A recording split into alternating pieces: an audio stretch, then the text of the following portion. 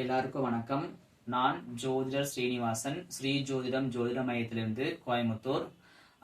குரு பெயர்ச்சி அதை பத்தி ஒரு விளக்கமான வீடியோக்காக தான் இதை பண்றோம்.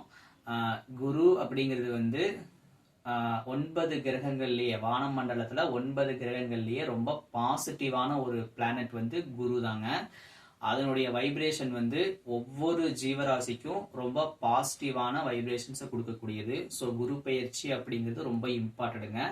ஸோ இதை பத்தி நாம இந்த வீடியோவில் பார்க்கலாம்.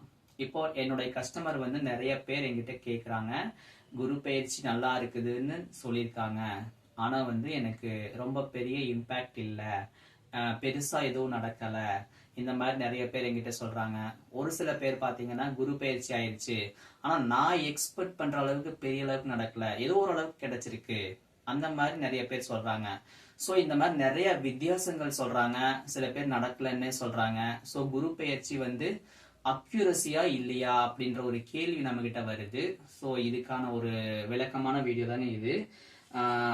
அக்யூரசின்னு கேட்டா இப்போ ஒரு உதாரணத்துக்கு எடுத்துக்கலாங்க. ஒரு 1000 பேர்த்து நம்ம எடுத்துக்கலாம். அந்த 1000 பேர்த்துக்கு ஒரு மேஷ ராசிக்காரங்க ஒரு 1000 பேர்த்து நம்ம எடுத்துக்கலாங்க. இந்த 1000 பேர்த்துல பாத்தீங்கன்னா எல்லாருக்கும் ஒரே மாதிரியான லைஃப் ஸ்டைல் கிடையாதுங்க.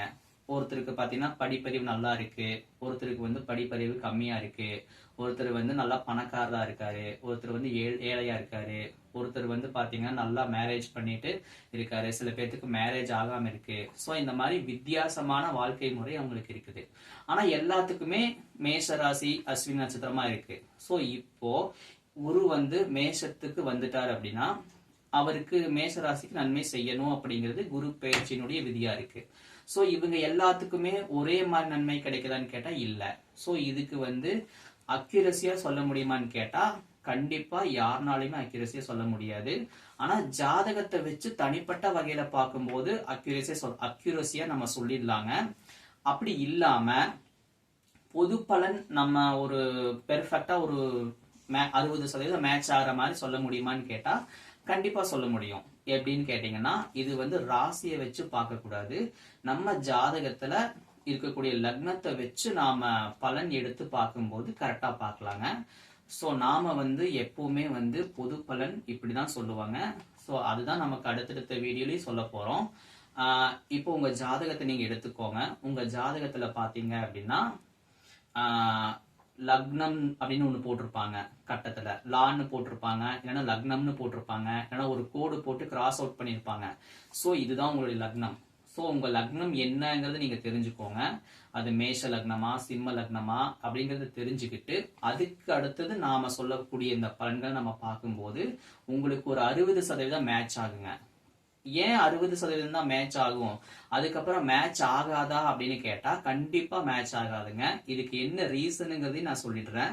அதாவது ஒரு மனுஷன் இந்த உலகத்துல எவ்வளோ ஏதோ ஒரு இடத்துல பிறக்கிறான், அவன் பிறக்கிற என்விரோன்மெண்ட் அப்படின்னு ஒண்ணு இருக்குது. ஸோ இதுக்கேத்த மாதிரியும் பலன்கள் மாறுங்க. ரெண்டாவது பாத்தீங்கன்னா அவனுடைய விதிஸ்தானம் ஒண்ணு இருக்குது. ஜாதகத்தினுடைய செட்டிங், பர்சனலா ஒரு ஜாதகத்தினுடைய செட்டிங் இருக்குதுங்க. இந்த ஜாதகத்தினுடைய செட்டிங் ஏத்த மாதிரி மாறுங்க. அதே மாதிரி திசா புத்தின்னு சொல்லுவாங்க. இந்த திசா புத்திக்கு ஏத்த மாதிரி மாறுங்க. ஒரு உதாரணத்துக்கு நான் சொல்றேன். ஒருத்தனுக்கு வந்து திருமணமே ஆகாதுன்னு ஒரு விதி இருக்குது அப்படின்னா எத்தனை குரு பயிற்சிகள் கடந்து போனாலும் அவனுக்கு திருமணம் ஆகாது. சோ ஜாதகத்திலேயே அந்த செட்டிங் வேணுங்க. ஜாதகத்துல அந்த செட்டிங் இருந்தா தான் அந்த குரு பயிற்சி கொடுக்குதா கொடுக்கலையான்னு நம்ம சொல்ல முடியுங்க. ஒரு வீடு கட்டணும் அப்படின்னு நினைக்கிறேன்னா அவனுக்கு வீடே கட்ட முடியாதுன்னு அவன் ஜாதகத்துல இருக்குதுன்னா எவ்வளவு காலம் போனாலும் அவனுக்கு அந்த வீடு கட்ட முடியாதுங்க. ஒருத்தனுக்கு வந்து 60 வயசுலதான் வீடு கட்டணும் அப்படிங்கிற யோகத்தை ஜாதகம் கொடுக்குதுன்னா அந்த 60வது வயசுல வரக்கூடிய குரு பெயர்ச்சி தான் அவனுக்கு வீட்டை அமைச்சு கொடுக்குமே தவிர எல்லா மற்ற குரு பயிற்சிகள் எல்லாமே அமைச்சு கொடுக்காதுங்க. வெவ்வேறு விஷயத்துக்கு பலன் கொடுத்துரும். ஆனா குரு பயிற்சி ஒருத்தருக்கு பலன் கொடுக்கவே கொடுக்காதா அப்படின்னு கேட்டா கண்டிப்பா கொடுக்கும். ஏன்னா ஒவ்வொரு குருவனுடைய பெயர்ச்சியுமே வந்து ஒரு ஜாதகத்துக்கு ஏதோ ஒரு பலன்களை நன்மையா கொடுத்துட்டு தான் இருக்குது, நெகட்டிவா கொடுக்கறதே கிடையாது. சோ ஜாதகத்துல செட்டிங் நல்லா இருந்து அந்த குருவினுடைய பெயர்ச்சி நன்மையா வந்துச்சுன்னா அவன் அந்த பலன்களை 100% அனுபவிக்க முடியுங்க. சோ நாம வந்து ஜாதகத்துல லக்னத்தை வச்சுதான் நாம பலன் பாக்குறோங்க. சோ இதுக்கு வந்து நம்ம நாளையிலிருந்து அடுத்தடுத்து வீடியோக்கள் ஒவ்வொரு நாளும் ஒவ்வொரு வீடியோ ராசி பலன் ராசி பலன் சொல்லிட்டு லக்ன பலன்கள் மாதிரி நம்ம போட போறோம். ஸோ நம்ம நாளைக்கு மேஷ லக்னத்துக்கு குரு பெயர்ச்சி பலன் எப்படி இருக்குன்னு நம்ம போட போறோம். அதுக்கு அடுத்தடுத்த லக்னத்துக்கு நம்ம போட போறோம்.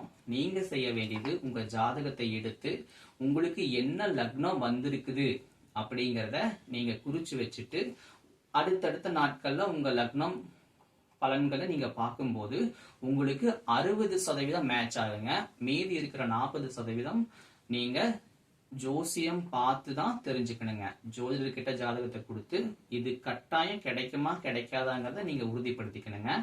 இது பொது பலன் 60% நான் கேரண்டியா சொல்றேங்க கிடைக்கும். நாம அடுத்தடுத்த வீடியோக்களை நம்ம நாளையிலிருந்து பார்க்கலாங்க. நன்றிங்க.